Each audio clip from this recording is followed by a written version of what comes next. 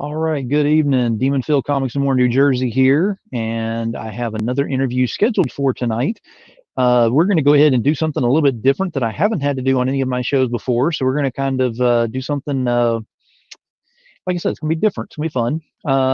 But December was supposed to be my guest tonight, and as you will notice from my guest that I have in the back right now is not December. But we're still going to have some fun with this in case she can go ahead and show up late to this.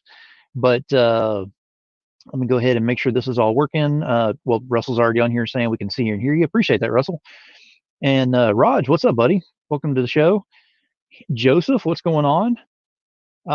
Yeah, so give me just a second. Make sure we get this shared out and get a couple more people in here, and then we'll get going with this. Hopefully everyone's had a good day today and everything's been going well. And let's see. And Scott, I blame technical difficulties on Steph Wilson. I don't know which way it's going with that. We can blame him for right now if we want to. He's not in here, so it's easiest to blame the people that aren't available.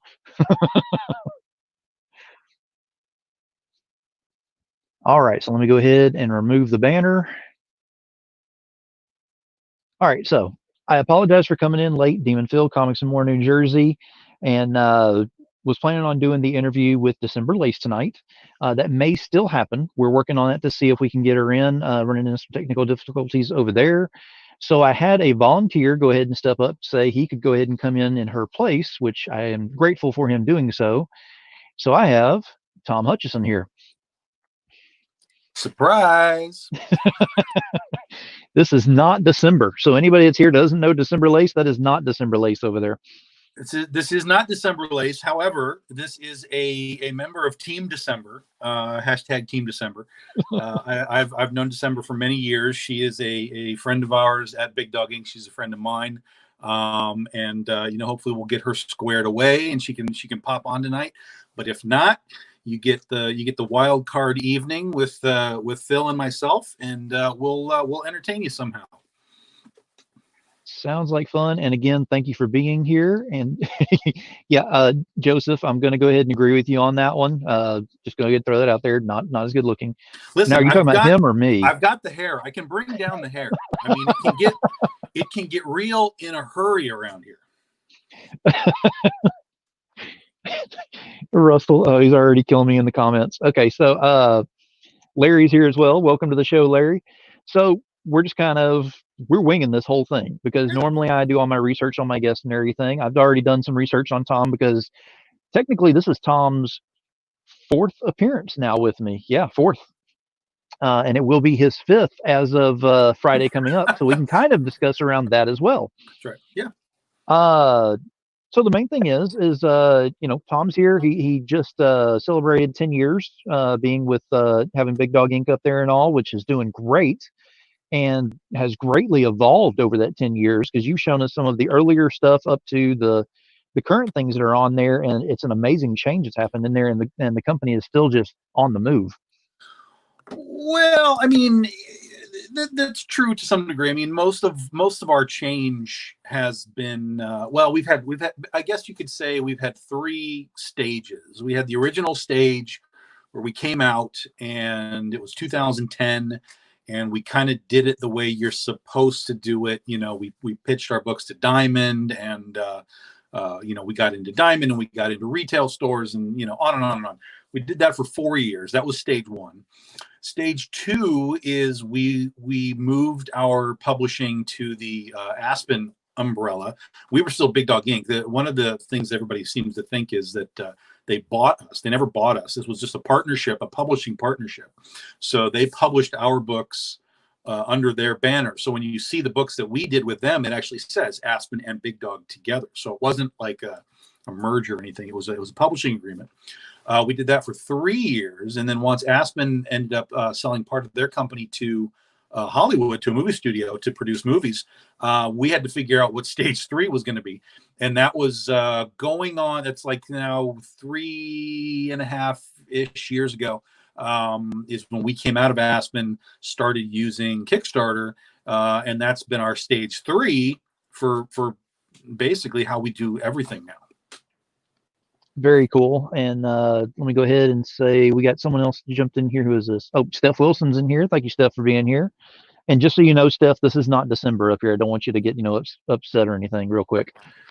But we're just doing a different show because December's having some issues jumping on for whatever reason. So Tom went ahead and decided he'd go ahead and jump up here, and we're just going to kind of discuss comics, the industry. There may even be some Godzilla talk. You never know. We'll get into all kinds of fun stuff. Oh, he's already got something ready. It's never far from me. I mean, wherever I am, it's never far. Yeah, unfortunately, we got the news that Kong versus Godzilla, Godzilla versus Kong, has been delayed again. It wasn't really a surprise, you know, the fact that every movie from the spring and the summer was being shifted into the fall. I mean, I don't know how anybody expects to compete when you have Wonder Woman, Top Gun, James Bond. I mean, like everything's in like 2 months. It's just like, yeah, forget it, man. So the folks at Legendary were like, yeah, we're out. We're not doing this. And so they moved it to May, which basically means we'll had to have waited a year because it was supposed to be out this May, which kind of blows. But, you know, ultimately, you know, I don't want it video on demand. I want to see it in the big screen. So I'm happy to wait. I'm happy to let them really put extra finishing touches on it if they want, whatever they want to do. Yeah, we all want to see the movie, but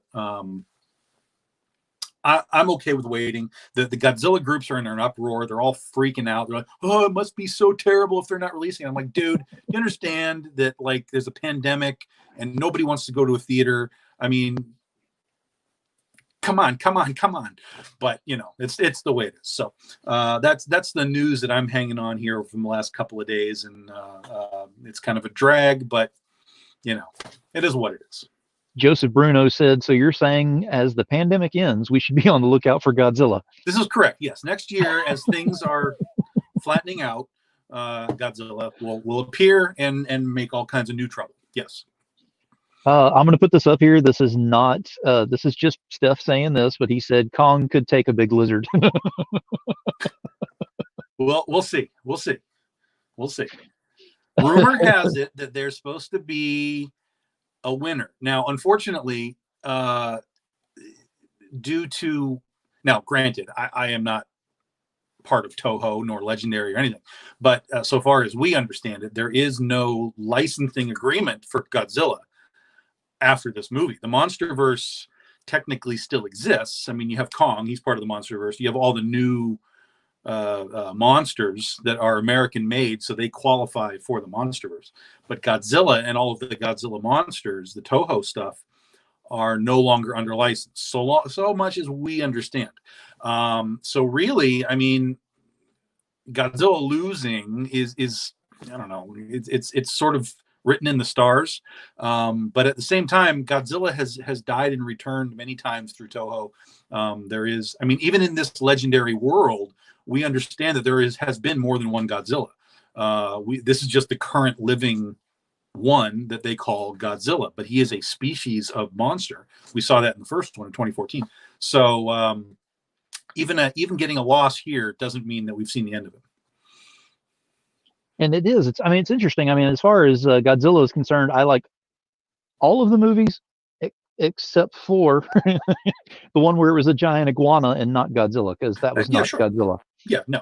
It's a great movie, but it wasn't a Godzilla movie. Yeah, it should have just been called Monster Movie, and you know, we probably would have all been like, oh, that was cool. But no, you can't slap a Godzilla name on whatever that was and try and pass it off on us. The best part of that whole movie was Hank Azaria. There's actually one of the greatest pieces of memorabilia you will ever find. And the best scene in that whole movie is when Godzilla's running down the street and Hank Azaria's got his camera and he's looking up and he realizes he's about to get smashed. Mm-hmm. And then the foot comes down, boom, and then Godzilla runs off and Hank Azaria's standing there. He realizes that he didn't die and he just starts losing it. He's just like, he's just freaking out. And there's actually a lenticular trading card that they did from those trading cards back in '98. That's Hank Azaria just losing his mind as you turn the card back and forth. He's just like, ha, ha, ha, ha. Like, oh my god, this is one of the greatest cards in the history of trading cards. So something good did come out of it, but not much. Very cool. That would be a cool card to have, just to see that, I because had one a long time ago, and I don't. God knows where, if I still do. If not, it's probably like $5 on eBay. You'll probably go find another one. but it's one of those that if you don't understand the context, if you didn't actually watch the movie or whatever, you're just kind of like, why is this card even in You would this have thing? no idea what it is. Yeah. Which makes it even better, because imagine just somebody finding it in a collection. Like, why the hell is Hank Azaria laughing? I don't understand. No, they like I said, they've had some good ones on there. I like the English versions more so than the Japanese, because they go more in depth, but I just can't keep track of all of that with the English versions of some of them. It's been the storyline has been more, what's the word I'm looking for, more condensed to where it keeps Well, you. yeah, it varies. If you watch the English versions, they are edited differently. Mhm. Each one a little more so or less so than others. And as they went along, this is most specifically the 60s and versions. As you got later, the edits became less and less, because it became, who the hell cares? Why are we spending money on these things? Just put the damn thing out and put the voice track on it. But like with, I just saw for the first time, as I said, it's not far from me. Ha ha Mhm. ha. So this is the Criterion disc set with all of the Showa discs and stuff, the original 60s and 70s things. So they come with the what is essentially all of the Japanese editions, and the last Showa Godzilla movie, which is the Terror of Mechagodzilla, the second Mechagodzilla movie. The Japanese version is very different. The storyline is still the same, but there's a lot of extra things in it, including there's boobs in a Godzilla movie. I'm like, what am I looking at here? What is happening? But yeah, apparently there was an edit of this that had basically this cyborg chick who controls Mechagodzilla. She goes under the knife, and they're working on her circuits and stuff, but she's got no top on. There's boobs in a Godzilla movie. Like, what the hell just happened here? So they're definitely very different experiences. Plus, if you're watching the Japanese version, you have to read it, because you have to read all the subtitles. So that's a different experience in and of itself too. I just watched the original King Kong versus Godzilla on Japanese version, because it's in this set. I never in my life would have imagined I would ever even see it, but it's such a completely different movie from the American version, which turned it into kind of a comedy and so on. But if you go back and you watch what it was originally meant to be in Japan, and it's like, wow, these are like completely different films, like totally. And it's really cool to see. It's a really interesting comparison to, okay, what did Japan want? What did they intend it to be? And then what did America kind of turn it into? The only thing that America did that is actually truly considered to be an advancement in the movie. I mean, I think a lot of the American versions are better anyway, just because they're better paced. But Godzilla versus Mothra in '64, they actually added a whole new scene with Navy boats swimming around and shooting these new missiles at Godzilla. And it's a really great scene, but it was actually filmed for the American version. It's not in the Japanese version. So there's a really interesting element there where they actually went and filmed something and put it in the American one that actually made it better. And this is a lot of the information that you get from that Criterion collection, right? This is where you're learning a lot of these different things.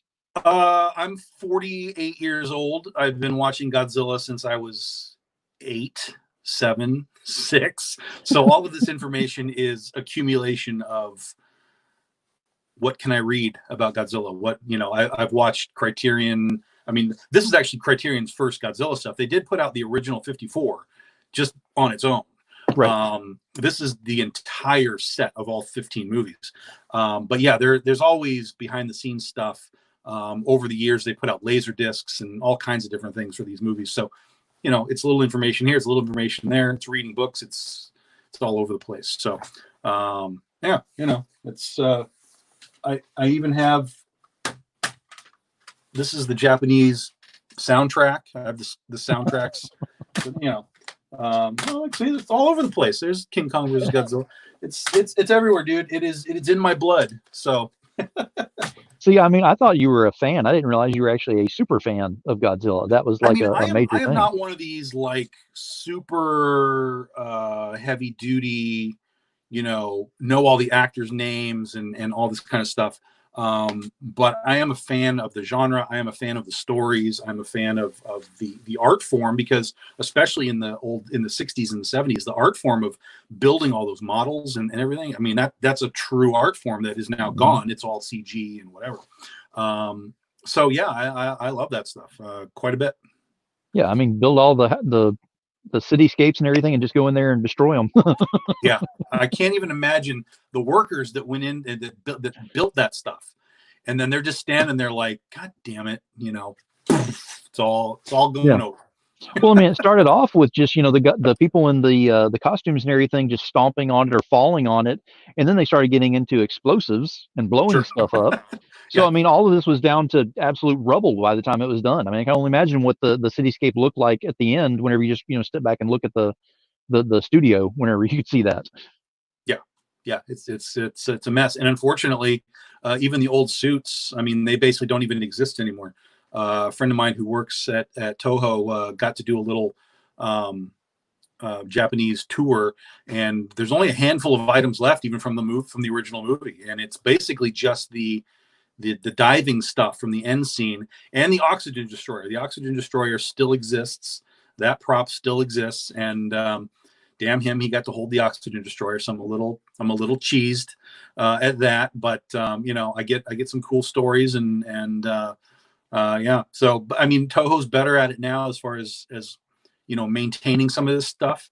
But back in the day, these were throwaways. I mean, every time they did a Godzilla movie, they made a new suit. Now, part of that was because they were just deteriorating and coming apart. Mm-hmm. And so it was like, well, we just have to make a new suit. And they would just make another one, make another one, make another one. Now that happens in today's world because they have to sell a new toy. We can't make Optimus Prime the same toy every time. He has to look different in all 5 movies so we can sell a new toy. So that's kind of how marketing and stuff has evolved. And Godzilla, I mean, there was merchandise back in the day, but it was never like really movie accurate ever. It was always just kind of, let's just make roar and sell the thing. So but yeah, that's half the reason why they kept having all these different versions of him. Now, Scott has actually got a question for you regarding Godzilla. Yeah, What is your least favorite monster in any Godzilla movie? it's easy. Yeah. Least favorite least favorite monster or least Yeah, favorite movie? monster. Oh, that's much harder. I had an answer for the other one. Okay, what's your least favorite movie? The least favorite movie is easy. It's Son of Godzilla. It's almost unwatchable. I mean, it's just painfully unwatchable. And there's a couple that are pretty crappy, but that one is just absolutely bottom of the list. The worst monster, probably. I am not a fan of. I mean, there's some corny stuff from the Showa era, like there's the giant spider. It's like he's just a giant spider. The giant bugs, the Kamacuras, they're kind of lame. But as far as like the big guys, I was never a fan of Destroyer from the last Heisei era movie where Godzilla melted down. The movie was cool, and I loved the concept of him as this nuclear generator kind of melting down. But I was never a fan of Destroyer, the thing. It was all these little crab bug things that would like merge together and get bigger, and it was like a stupid Voltron thing. And then when it got to the end, it was so big and so just overdone that it didn't move well. No, you know what? It's wrong. That's wrong. I've figured it out. The worst monster of all of them is Orga. The monstrous piece of crap that is in Godzilla 2000 that at the end tries to like eat him and absorb his power. That's the worst ever. Destroyer is right behind it, but Orga is the worst. That's garbage time. Now, Steph is stoking the fire on this one. He said your favorite Godzilla movie is Cloverfield. Yeah, he's Steph's a one-hit wonder. He'll ride that until he's got in the grave. P.S. Cloverfield is a great movie. If you have not seen Cloverfield, You've got to get past the whole found footage thing where it's kind of shaky cam because it's dudes running around and whatever. Right. But it's a good movie. It's a legit good movie. And then they did 10 Cloverfield Lane, which is supposed to be a sequel of some kind, which is really weird, but it's also really good until you get to the end and you're like, what the fuck is this? It's still a good movie. And then they did the Cloverfield Paradox. Yep. Which makes no sense. But there it is. But the 10 Cloverfield Lane is actually a really good kind of creepy thriller movie. It's not really I don't want to spoil what happens, but it's not really a monster movie like Cloverfield was. It's more of like a straight up, kind of intellectual thriller type of thing. Yeah, more of a psychological type thing. Yeah, psychological. That's what I'm looking for. Yeah. Yeah, they've had some decent ones, but yeah, that's definitely not in the same genre with Godzilla and King Kong and stuff like that. No. There's plenty of imitators. I mean, the obvious one is Gamera, and in fact, just like they had this big set of Godzilla coming out, there's a Gamera set that's coming out. All 15 Gamera movies. Oh my God, I'm freaking out. I want that so bad. A lot of this stuff has never been on Blu-ray before, so hopefully it's going to be cleaned up and nice and so on. That's supposed to be out in August, so I've had my order in for the Gamera one forever. But there's all kinds of stuff. I mean, there's Yongari, there's Varan, there's all the spin-offs, Rodan and Mothra and whatever. They all have their place, but a lot of it's just knockoff garbage. I mean, it's all it's meant to be. It's all it was ever meant to be. Now, we might have someone in the backstage who is a little more of an expert on this as well. Oh December. My God. Welcome to the show. Hello. How are you doing? How are you? I'm okay. You sure? Yeah, I need to put eyeliner on. you just look a little flustered. Yeah, I need to put eyeliner on. Oh, you need me to drop you back? I was watching Gone with the Wind, and I was like, I have pre-check. I can drop you backstage so you can finish up if you need to. I can't pay for everybody's therapy, so that might be the best cause. We'll get you back up here in just a little bit. Okay. All right. All right. So now let me ask you, because since I've got you on here a little bit longer talking about the Godzilla movies and monster movies and stuff, what are your thoughts on Ultraman? I have never been able to get into Ultraman. I'm not really sure why, but it just has never grabbed. I've watched it. It's fine. I can watch it. When I go to G-Fest in Chicago every year, well, not this year, but they're always playing Ultraman stuff, just down in the lower levels. They have like movies just running all the time, and Ultraman's part of that. So I've seen all kinds of different Ultraman. It's never grabbed me. I don't know. It's like the Power Rangers never really grabbed me. And I don't necessarily know why, because it's all in the same realm of Godzilla stuff and so on. But it never connected with me. So it's basically like, Godzilla, Gamera. I like Kong, of course. I like some of the spin-offs. They're okay to watch from time to time. All the weird movies, like Rodan is great, Mothra's great, War of the Gargantuas is great. But I don't know. I don't know what it is. I'm definitely a fan of more older anime than I am like that stuff, like Battle of the Planets, Star Blazers. Back in the day, what else did we have back in the day? Speed Racer and stuff like that. I used to watch all those cartoons all the time. Robotech was a huge influence when I was in my I don't know, my teens ish or something. So definitely the anime, the old anime. I don't do anything with new anime. But the old stuff is great, and you can definitely see those influences in the stuff that I do for comics. Somehow or another, I mean, I actually have a copy of. I know it's an Ultraman 1. I don't remember the year that it is. I know it's a variant, but it's a incredibly limited edition, and it's got a good size value on there. It's one of them that I need to actually get slabbed at some point, because Talking about I didn't realize what it was. The old Dark Horse books. It may be Dark Horse. I'm not sure. I've actually got it put away in a different box other than my regular stuff to make sure it does not ever get damaged, crimped, or anything. Yeah, Dark Horse did a Gamera series too that is incredibly expensive to find. I mean, if you can even find it, it's that's pricey stuff. Well, this one was found in the wild, which Yeah, is even better because I didn't pay that much for it at all. And yeah. whenever I got here and started pricing things out and figuring out what they're going to be worth, I was like, let me check this again. You know, that stuff, that is the stuff that creeps up. And suddenly, you know, the people that had it when they were kids, they're suddenly like, I've got money now. I want all my old toys back. And so that's where you're starting to see a lot of this like 80s and 90s stuff start skyrocketing, because now these people have jobs. Some of them have kids and they want to introduce their stuff to their kids. It's very generational, but it's also just, we live in this nostalgic world right now. And people just want what they had, or more importantly, they want what they didn't have. Like, Yeah. I never had that toy. I want to get that thing. Like, I never had Shogun Warriors, those big, like 2 foot tall things. Friends of mine did. And I was like, fuck you. I want that. But I never got it. I did get the Godzilla, which is, you know, I still have him. He's down there. But I never had the robots. And so now I'm like, hey, I've got some money. Let me go look at these things. And now they're like $500 if they're clean. I mean, there's all kinds of beat up trash ones, but if you want like an actual good one that has the stickers and has the missiles and everything, it's like, you're spending $500. I'm like, I can't do that. I can't justify that. So Exactly. Yeah. I mean, growing up, I mean, I had, you know, Thundercats and He-Man and G.I. Joe and Transformers, and we're talking about all that stuff is Gen money 1. now.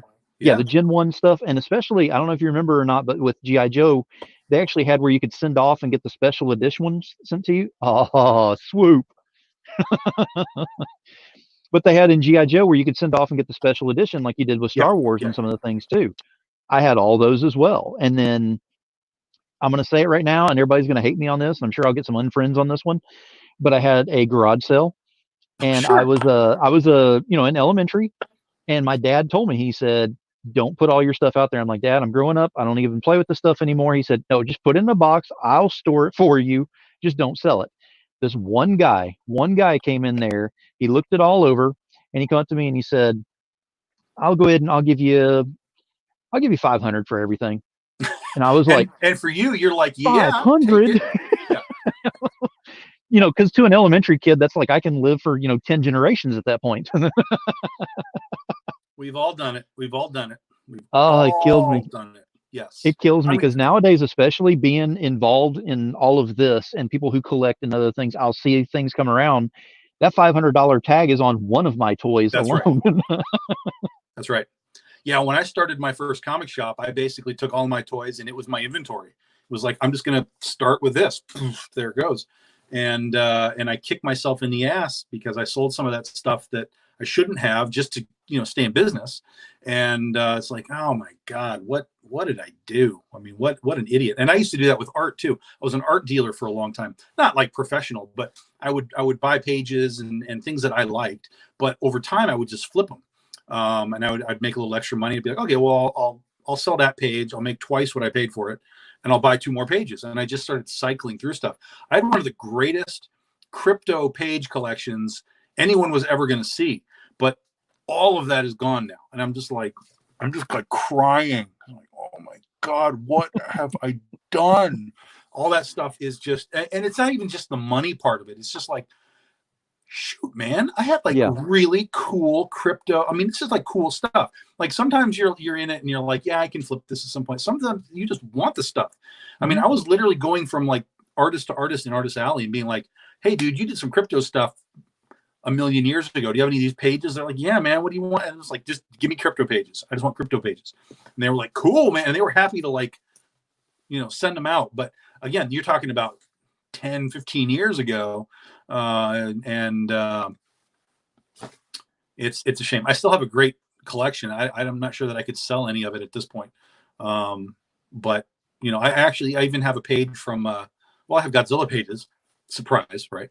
I have a page of Wonder Woman done by Mike Diodato, which this is a mind-blowing page because I went to this. I was at San Diego Comic-Con, and I'm just going at this art dealer's table, and I'm flipping through things, and I'm seeing some Diodato stuff, and I was like, oh, okay.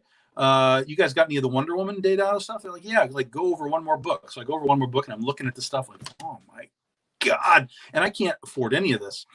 And generally they put the price, they'll write a little price on the back. And so I'm looking on the back, I'm like, oh my God, $200, $300. Just like, oh, I can't do any of this. And then I flip one that says $75. And I flip back and I was like, wait a minute. This can't be right. Like, this doesn't make sense to me, because there's a really huge shot of Wonder Woman and Artemis. So it's from Artemis's first appearance. So it's a huge shot of Wonder Woman. You got Artemis here. She's like shooting a bow. So it's a nice page. And I'm flipping back. And I'm like, that's got to say like 175, but it doesn't. And so I was like, so this one? And they turned it over and they're like, yeah, $75. Like, yeah, throw down my money and run away. Like I just stole something from these guys. And now those Wonder Woman pages are running, like $1,000 for some of these things. Obviously they're really good high-end pages, but the one that I got is probably a $500 or $600 page now, just because of its age, its time, what it is with Wonder Woman on it from that moment in time. And I'm just like, well, I'm never selling it. It doesn't matter what price you're going to put on it. That's a key piece of my life. Is Wonder Woman. So to have a Deodato page like that is mind blowing. And then I have Art Adams pages. I have the original art cover for Godzilla number 16, the old Marvel series. There's a huge story behind that, but that's the first comic book I ever bought, and I own the original art for that. I met Herb about 2 months before he passed, so he signed it for me. I bought that for $500. It's probably easily a good grand at this point. But again, that's another one that's the ultimate grail. I mean, that's never, ever being sold. So sorry, collectors, if you're looking for that stuff, it's not coming out. Well, there's no claims in the comments as of yet, so I think you're okay. I mean, everything has a number. There's a number that would make it, go away. But no one's going to like that number. Yeah, I mean, there's a few things that I have that's kind of in that realm, but there's other things, like I said. I mean, there's things that I've sold that I just want to slap myself, 20 million times over for, doing that. And hindsight's always 20/20, because you never think about it. Case in point is going back to Transformers Gen 1 Megatron. Yeah. The first Gen run. I'm talking about before they did the edit on it, because it was too realistic of a gun. Right. And they didn't want the kids having that after the fact. Well, I mean, I had it as a kid. What did I do with it? I ran around the neighborhood playing with it. Nobody said anything, because back then it was okay. I'm sure I damaged it and everything else. I had another one in package that I was told to never open, because my dad didn't want me opening it. All that stuff got sold. That Gen 1 unopened, I've seen that thing going for like $1,500, $2,000, $3,000 or more. Easily. Yeah, sure. Yeah. It's amazing how much that stuff goes up in value. Yeah. And see, now we've got, I don't know if you guys can see this. Now we're doing graded stuff. This is one of my books, Penny for Your Soul, Prairie Winko. That is a 9.9. And I'm sitting here going, I don't know if I can sell this. I've sold all of my 9.8s. Everything 9.8 is gone. But I have two 9.9s. This one, and this is Prairie Winko's first ever cover. So it's like, I can't sell this. The other one is a Critter cover. That's never being sold at a 9.9. You're never getting that. So I'm a collector as much as anybody else. It's just I collect. I mean, look here, check this out. That's a needlepoint Godzilla that was done by my editor Carrie Castor. That was a Christmas present a number of years ago. So everybody knows. I mean, everybody knows what I do. Everybody knows who I am. And Jim Noble is in here, and he said that he probably graded that one that you had up there for CBCS. No, because I just did that one like last year. I don't think he was working for. Was he working for CBCS last year? Yeah, he was. Oh, then maybe. Yeah, most of that stuff, as I understand it, went through him a lot, because that was his forte for knowledge on that. Cool. And then Scott went up here and said 9.9. Don't show that to Smithers. Like I said, there's a number, but no one's gonna like it, so I'm not worried about it. And yeah, Jim was with CBCS for 5 years. I didn't know if it was 5 or 6 years. I just didn't know which 5 years. Like I didn't know it was so recent. Yeah. Yeah. No, he recently got let go. I think last month is what it was. So yeah, he's recently self-employed-ish because he was already CBCS and then working on, getting more into his publishing and doing his comics and everything. Now he can spend even more time and everything on there, and it's working out for him. Yeah, that's good. That's great. I mean, that's basically what happened to me. Is I had a job. I had a 9 to 5 that I was doing, and I was doing comics on the side, and I got laid off 2009-ish when the recession hit and people decided they didn't need 3-inch pieces of cardboard anymore. So I got laid off there, and that's where I ran right into comics. And so, yeah, no, that's a story that is very, very familiar. And here I am 10 years later. So whatever, man.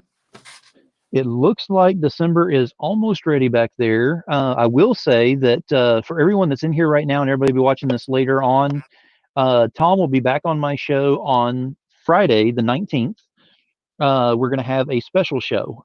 It's going to be the 1,000 follower commemorative show. It's only going to be on YouTube. There are going to be kind of rules involved around going around this. I'm going to have some fun with this. It's going to be like a scavenger hunt set up on there. And those rules and information on that is going to be start putting out tomorrow on my page. So be looking for that on the Comics and More New Jersey page. But I will have Tom and a few other guests on here on Friday. That'll be number 5. That'll be number 5. He's holding the record. All right, let me see. I think she's ready. Let me see. Yep, I think we're ready. Let me go ahead and bring her up here now. Hello. Hello. Welcome to the show. Thank you very much. All right. Tom, you want to hang out in backstage, or what do you want to do? It's her show. Let her do her thing. I'm going to go lay down and watch it happen. All right. I appreciate it, Tom. Best answer ever. Have a good one. We'll see ya. Tom can always party with me. He knows that. All right. Well, welcome to the show. Thank you. Thank you very much for having me on again. Hey, absolutely. I mean, that was a done deal. We already talked about that. We knew he was going to have you on here. Hope everything's going well on your side and everything. Tom decided he would go ahead and jump up on here and take up a little bit of the time on there to help me out with that, and I definitely appreciate doing that.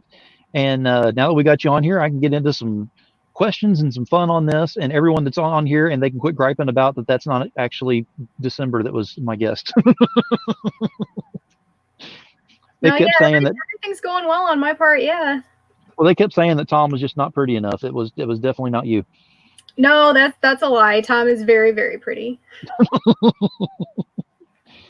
All right. So the first thing, I mean, I've got some questions on here, and of course, my guests can go ahead and ask questions as well while we're in this. I always, I bet they can come up with some interesting things. Well, there'll be some things that I will put up here and some things that I won't, Russell. It just depends on what's being asked. So we'll start off. I've got some things that I want to jump into with wrestling, with comics, with some different things on there. We'll start off with wrestling. Sure. Mainly because of two things. Because number one, today was the COVID con that they had going on, part 2 on the Wrestling Network on Facebook. So I watched some of that actually, which is really cool because that's back to my roots of whenever I started watching wrestling back in the day. So I've already got it in my blood, and it's already boiling up a little bit, and it's all kinds of fun. So how did you get your start in wrestling? Well, I actually, I watched it when I was little, and I knew then that I always wanted to do it. So when I saw, I'm a huge Mortal Kombat fan, and a lot of people that know me, the ones that have been my friends for a while know that about me. I had a cat named Sonia after Sonya Blade, so like anybody that came to my house, they knew right away that I was a Mortal Kombat fan, and I've been playing it my whole life. The ones that I met in wrestling don't really know that so much. So the reason that ties in is the first time I ever saw wrestling was I saw a character named Glacier, and at the time he was made to look like Sub-Zero. So when I saw the TV, I thought I was watching Sub-Zero wrestle, and I thought that was the coolest thing ever. I was like, I'm watching Mortal Kombat. This is amazing. So I kept watching it. And I knew that the characters, they weren't Mortal Kombat characters after that, but I still appreciated it for what it was. And I still love Mortal Kombat, but then I realized the two were separate. But then I just grew to love wrestling even more. So I kept watching it, and as I watched it, I kept with it as I got older. And I was like, if these guys can do it, I know that I can do it too. They didn't have a lot of women wrestlers at the time. When I was growing up, the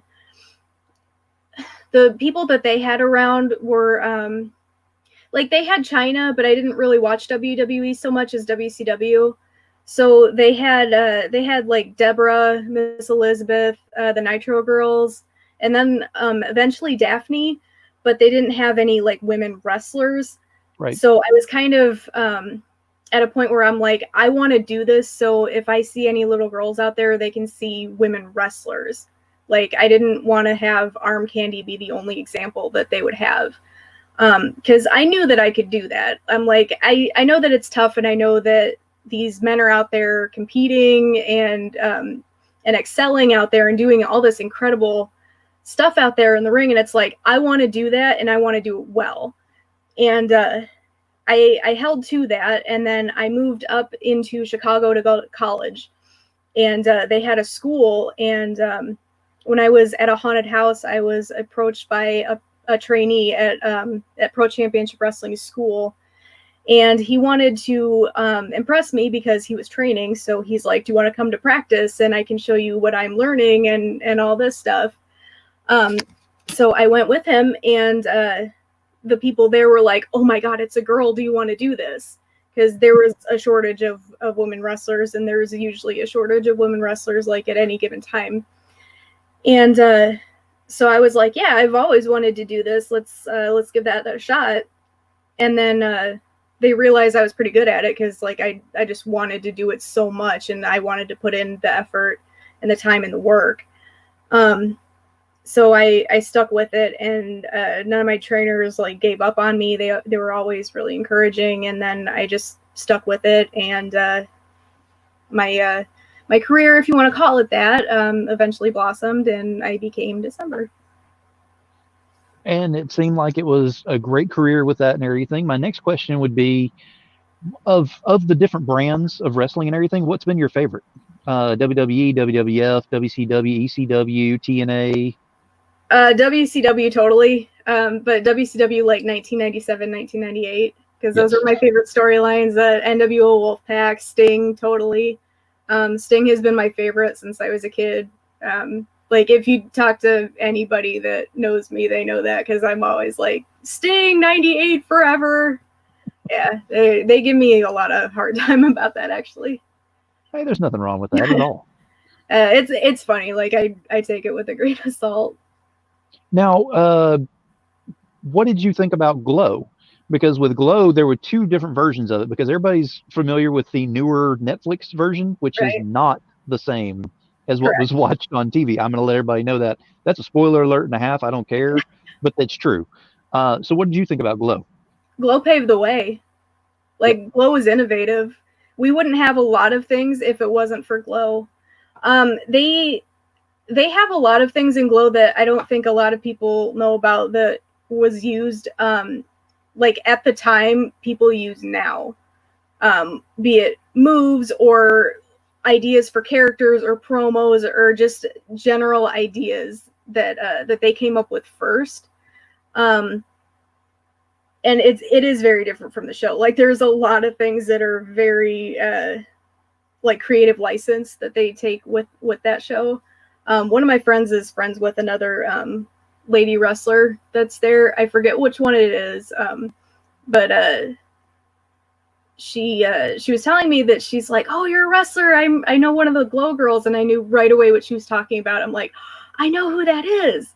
And it's like, once I got into the business, I started studying like all different kinds of federations that were out there. So it's like, when I found out that there were women's wrestlers, I just didn't know about them. I was shocked. I'm like, all of this time I could have been watching this. Like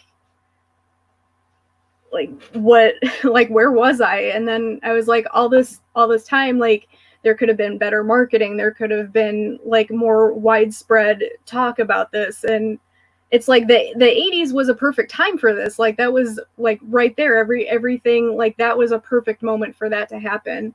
And I'm so sad that I wasn't around for that, because that would have been awesome. There was a character in, I think it was Attila the Hun, that was pushing around Tammy Jones. It was like this monster character versus this tiny little girl, and it was just this really savage match that just shows you a powerhouse versus a smaller person. And it was just done really cleverly, I thought. And I got a lot of ideas watching matches from that time too. So that brings up my next question, is with the different matches and everything you've done, because in case everybody didn't, kind of missed it whenever she discussed it, and she hit the nail on the head whenever she said that, it paved the way for what was going on, because it wasn't just arm candy. Because December's taken some hits, she's given some hits. So it's real as far as the getting smacked around, thrown around, things like that. There's a set of choreography or whatever that you go with to a degree on there, but there's also some safety measures that you have to follow in order to make sure that whenever you take a hit, you don't take a full hit on there. So my question is, what would be some of your more difficult matches that you had? If there's a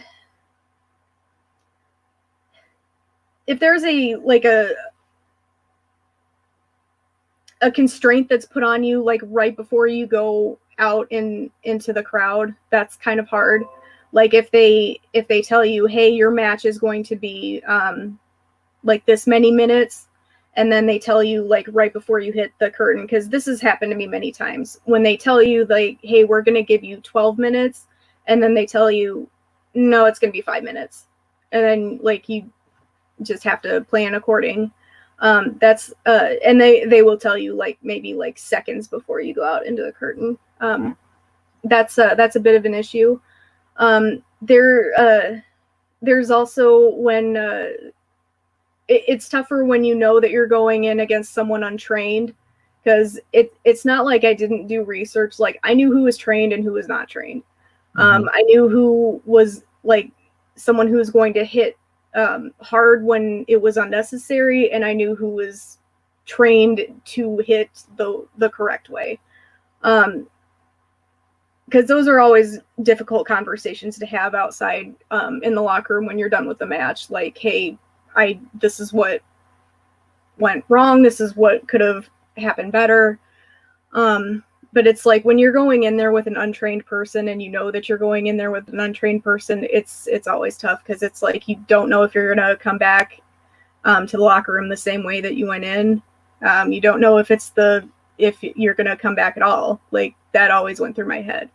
And it's like, it's kind of a grim thought to have when, you just sign up to have fun and all of this. And, you certainly want everybody to have fun, but it's very real. It's like, even if you're in there with a skilled person, you might not come out of there the same way. But if you know that you're going in there with someone that has not had proper schooling, it's very difficult. Like, you know that it's like, there's not really much you can do about it at that point. And the argument is like, no one had a weapon to your head and made you go out there. It's like, yeah, but you did agree to a contract, and word gets around if you don't fulfill your obligation. Exactly. And I know that there was a story that we went over last time on one of the shows that actually Tom was talking about, how you got speared by a guy and he thought you were dead on impact there, because it was one of the matches where he was watching from ringside, and he said that, he just lost his breath, went out of him and everything. He almost went unconscious at the same time that you got hit with this thing. So for anyone who's out there thinking that wrestling is quote unquote fake, not so much, because she took a full hit on that one, and Tom nearly lost his life from it. So, well, I mean, there have been times too when, like I know what to look for, and I've been completely stunned too. Like there are things that you can't call. And one time my tag team partner, Joe Heisman, he had to make a jump off of a 12-foot ladder, and I was right at ringside, and he wasn't moving after a couple of seconds, and like my heart just stopped. Like I and I talked to him about it afterwards, and like he was fine. But like if but it scared me really badly because I'm like, he's not moving. I don't know what to do, and it's one of my closest friends here, and just I was really scared for a little bit. And then as soon as he was moving, I'm like, you just get this huge wash of relief. And it is a show, and you want to have that adrenaline and excitement, but at the same time, it's like your friend who's also a performer like might have something wrong, and you don't know what to do. Right. Now, Wendy's on here, and by the way, Wendy, thank you for being in the show. Wendy! She wants to know who was the most fun to wrestle. Most fun? Mm-hmm. I'd say probably Angel. We got used to smacking each other around, so like when we were hitting each other, we'd talk so much shit to each other while we were doing it.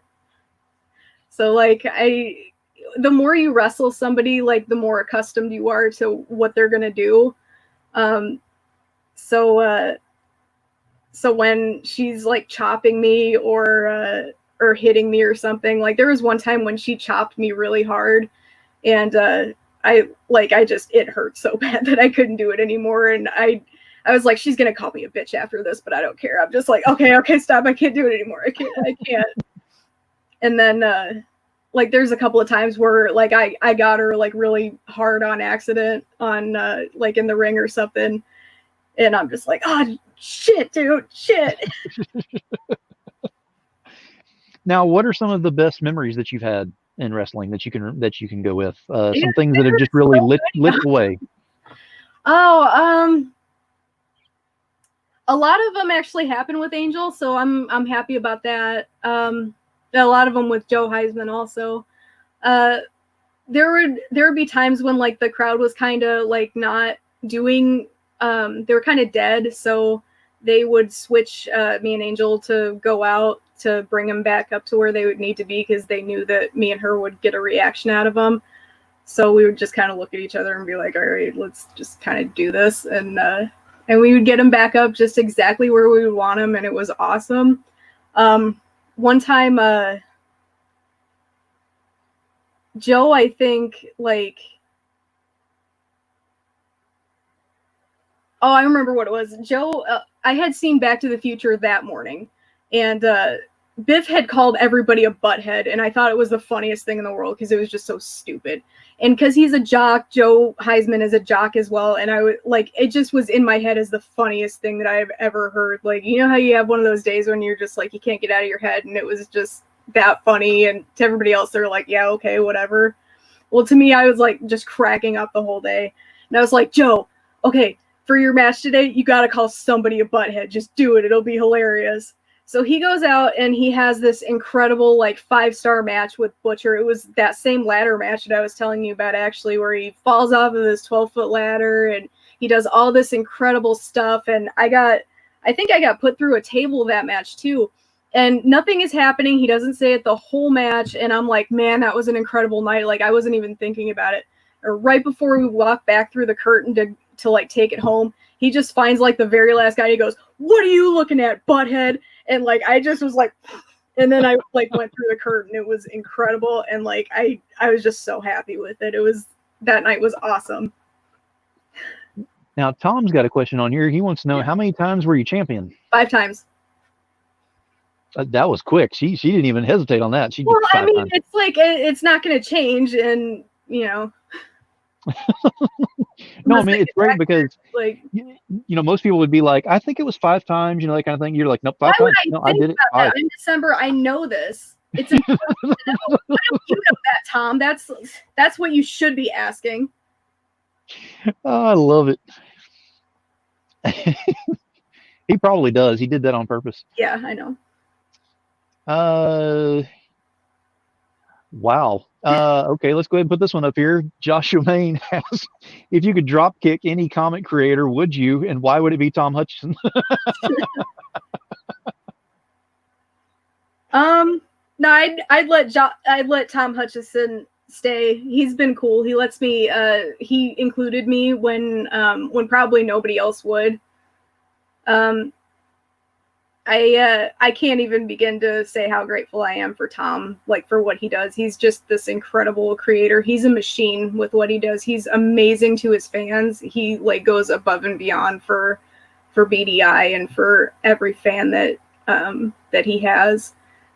He like for me, like he let me put a poem on his comic. Like I don't know any creator that would let anybody do that, like much less somebody like me. So like I can't even begin to say how thankful I am for that. So I would not drop kick Tom ever. The other thing is like the mere physics of it. I can't reach that high for a drop kick like at all. There's no way I could take him out with that. And Tom said, I knew, I just wanted them to know. Yep. I was figuring as much. That was one of those where you're setting that up to go ahead and get that spiked off the net with that one, and she did perfectly with that.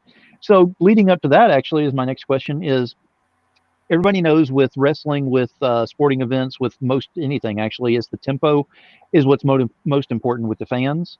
So how difficult was it for you to go ahead and control that tempo and get that where you've got the ups where you need them, the downs where you need them throughout the matches? It really wasn't too bad because like I spent a lot of time watching wrestling, and it's like I know what I like, so I just kind of put myself in their shoes. It's like it's really not that hard when you have the correct motivation, I guess, because it's like I did this for fans, and it's like I know what I want to see, and I know what like I try to include them. So it's like I don't have the mentality like I have to do this move and I have to do this for me, and like this is gonna be just like my thing at all times. It's like I know what I would get a reaction out of when I was a kid, so like this is just what I'll do and I'll see if it works. So I would just pay attention to what worked at one show, and if it did, I would try it at another show. And if something didn't work out so well, I would just take that out and replace it with something that did.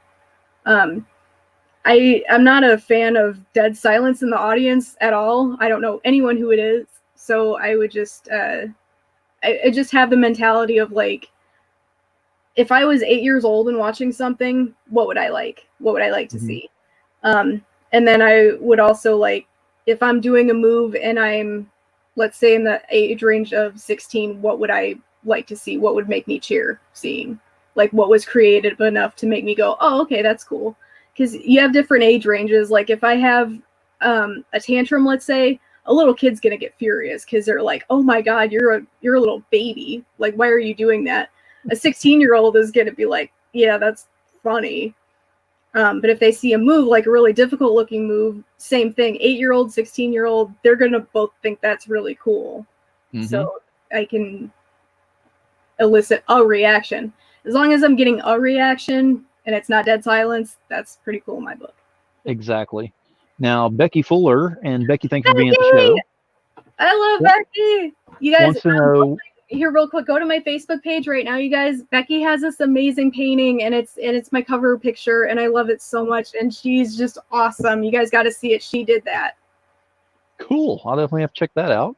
And it. she was asking, what is your favorite moment with the fan? It was I've got a couple of them actually. That's a really good question. I've like never been asked that, so that's awesome.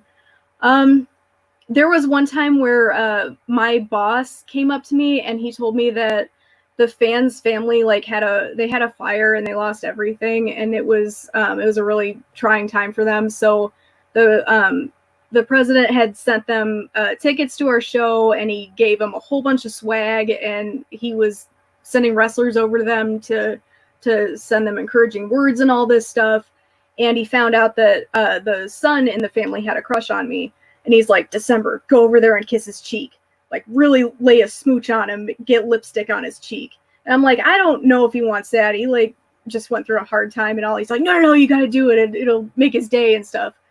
So I went over there and I was talking to him for a little bit, take his mind off of stuff. I didn't bring up the fire or anything, but I smooched his cheek and he just turned beet red, and he was like kind of like didn't know what to say, and he got a picture of it, and if I can find the picture somewhere, like I'll post it. But it was really cute. He's like, it's like 15 or 16 or something like that. But I'm like, I don't know, is that cool with his mom? And he's like, no, it's cool. But, yeah, that was a good one. We also had a lot of like special needs fans that we took care of, like so they would get to go backstage and we took pictures with them and signed their shirts and stuff. So that was always really cool. My there are family members that I have that work with special needs kids, so every time I get to see them and interact with them, like after a show and stuff, that was always really special to me. Now, Joshua has got another question on here. It was actually a pretty good one. With the Big Dog Wrestling covers, which character would you like to take on? I'm so glad you asked, because CB Zane, like, he drew me, I commissioned him to do this. CB Zane drew me a special Scheherazade cover. Oh, Yeah, I love CB. He's amazing. huh. That is So great. Scheherazade, in my opinion, is one of the most awesome Big Dog Inc. characters. She's been around the world. She probably knows every fighting tactic there is. She's my favorite character, and that's why I wanted him to draw her. It's my favorite cover that he's done for BDI totally, but for all of CB's work, it's my favorite one that he's done. His wrestling cover. If you don't have it, get it. But I liked it so much that I wanted one commissioned, and he even did the December pose. You can see like the arm up and the arm on the hip, and he drew a belt. You can see that. Huh, nice. He just did such good work on it. He's got her boots. Yeah. So I would wrestle Scheherazade in CB Zane animation style. He just nails it every time. I love CB. He's like the coolest guy ever. And he just like knocked that out of the park too. Like all of his wrestling covers are just badass. Well, maybe one day we'll see that that cover where it actually has you going up against Scheherazade there. And actually, we have Shannon Mayers here. Shannon, thank you for showing up. I love joining late, just saying hi to December Lace. You are wonderful. I love you too, Shannon. I ordered your cover. Congrats on your Wolverine cover, Goblin Queen. To everybody that did not know, Shannon has this truly outstanding cover. It just launched this Friday. You bet your ass I got mine the second it dropped. I know for a fact that he had at least another fan get his too, because we set alarms at the same time to get them. Like we coordinate with each other whenever a Shannon cover comes out. But yes, Shannon, you are incredible. I adore you. I love your work. He talked to me at C2E2. He was like the best part of that day, truly. He's like a bright spot. You have no idea. I love Shannon. Very cool. Yeah, he's awesome. I can't believe he talked to me. That's awesome.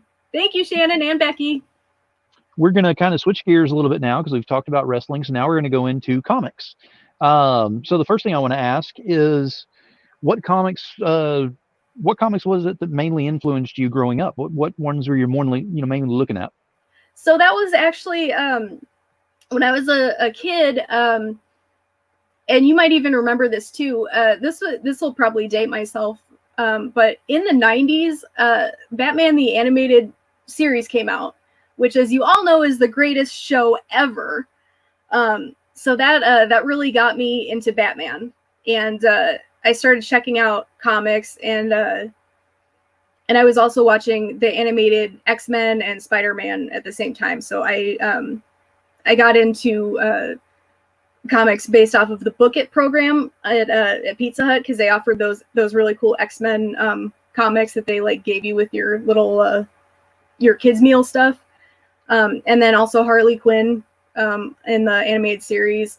They put her in the comics, which was awesome. And a lot of people don't remember this, but when you were a girl in the 90s, it wasn't considered really cool to be into comics or like encouraged like it is now. It's like I was alone. Like there were no other girls that liked comics or geeky stuff. That was like I was a geek, and it was not cool. It's not like today where like you have Avengers stuff everywhere and there's like a ton of like superhero stuff that you can look at. It's like, no, you're like isolated and alone, and barely any of the guys like watch this stuff either. Like some of them do, but that's like it.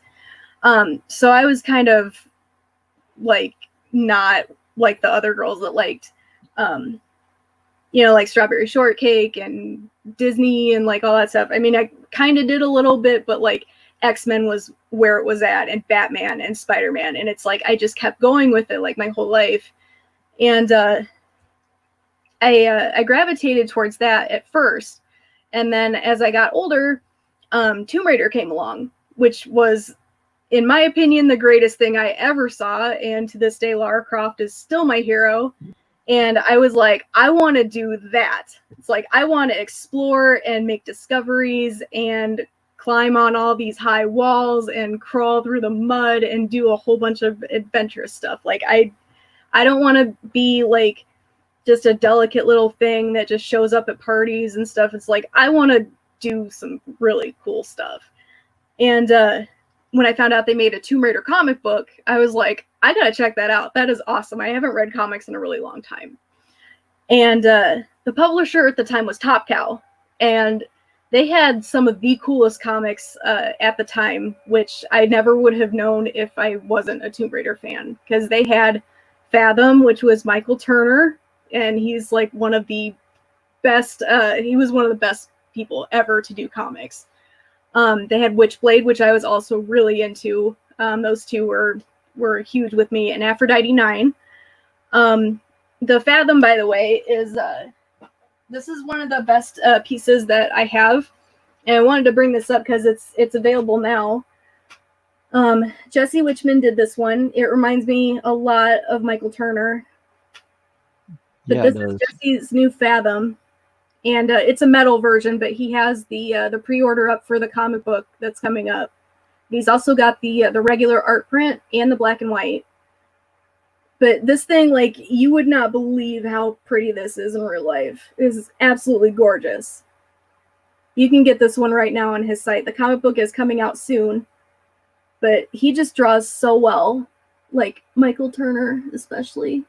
Mm-hmm. He's got other stuff coming out too, but like, this is just a knockout. Now David's over here. He said, Lara Croft pinup 2, check. So he's actually making a list of some pinups to do. Yes, David's awesome too. You got to check out David. He recently did a Princesses versus Zombies cover for Tom, and it's that one's over now, the Kickstarter. But you can get a look at some of the previous issue zeros. I believe that they have that on the website. If not, Big Dog Comics does the Wednesday night shows. It's at 10 p.m. Eastern. And speaking of, this is like the last piece of art, but since Steph will give me absolute hell if I did not include him, and like I included Jesse. Steph, I did not forget you. This is a commission piece that he did for me, Princesses versus Zombies. Mm-hmm. This is Cindy. And he is just awesome that he did that. That's based off of the Big Dogging series, Princesses versus Zombies. That's Cindy by Steph Wilson, who is also a terrific person. He has a very unique style, as you can tell. I love it. It just makes me so happy seeing this every day. Yeah, that is great. So thank you for bringing that up, David. You guys got it. Yeah, see, there you go. Everybody needs a little Steph Wilson in their life. I got some David Fought in here too. I got all kinds of fun stuff. But yeah, David's awesome. He was talking about doing some pinup art the other day, and he wanted some ideas. So Lara Croft, you can never go wrong with Lara Croft. Actually, Ebass did a Lara Croft not too long ago. He tried a different style, he was saying, and he just knocked it out of the park. It looks amazing. Mm-hmm. You guys got to see that one if you haven't. Ebass is always good. Like, you can't go wrong with Ebass. So let me ask you, what is it that draws you to comics? What actually is the magnetism there that actually has it where you just have to have the comics? Probably escape. Same thing with wrestling, escape. Because stuff makes sense in comics. Like, you can get out of reality for a little bit. You can have a good story. Stuff makes sense, like good versus evil, good wins in the end, and you don't have to worry about people being horrible and getting away with it, or just people using you and just not caring about what you feel like, and like how they get away with it all the time. And just like like the good people win in the end, and there are good friendships and kindness and kick-ass people and heroes, and women are allowed to be superheroes, and they're not like it's not so much like they're limited at all, and there's more color and vibrance, and it's just a lot more outstanding than the world that we live in, especially today. Absolutely. It is. I mean, it's one of those things where you can actually immerse yourself into it, and you have control over which direction you want to go with that. If you want to keep going with the story, you do. If you want to go to a different story, you can. If you want to actually start doing your own story and start thinking about that, and drawing the energy off of there, and retransferring it, because that brings up my next thing is, and you've already touched on it a little bit, is doing the poems for BDI, which was phenomenal because I have one of those, and it's not something small. You would think, okay, someone who doesn't actually write comics, whatever, she did a poem, it was probably a friendly favor, whatever type thing.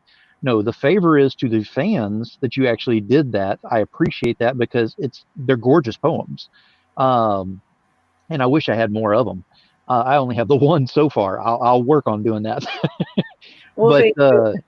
you definitely need to have like a book of poems or something out there, because you've got some great work on that. And to have that in BDI is amazing, for Tom to go ahead and allow to put that on there with those, because it's the perfect merriment to the great art, the amazing storyline, everything on there. And then it finishes up with the poem at the end. So what made you decide to go ahead and start doing the poems and then putting them on the comics like that?